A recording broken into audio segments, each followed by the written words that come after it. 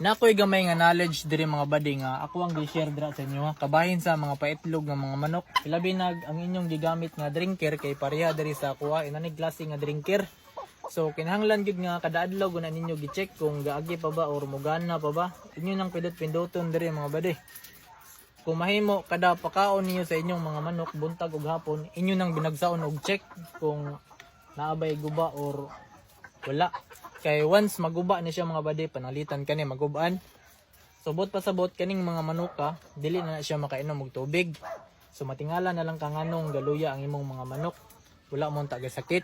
So bot pasabot dayan mga buddy kay na-dehydrate na inyong mga manok.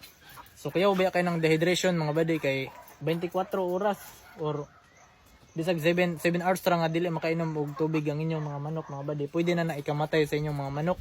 So sayang kaayo ang hinungdan ra nga mamatay ang inyong mga manok kay dehydration. So sayang jud kayo mga buddy. So kinahanglan gud nga permi gud na ninyong gi-check ang ilang drinker, inyo nang pindot-pindoton. So maura na ang akong gi-advise mga buddy no. Maura na akong gi-share sa inyo ha. Unta nakatabang ko bisan gamay. Happy farming sa inyo mga buddy.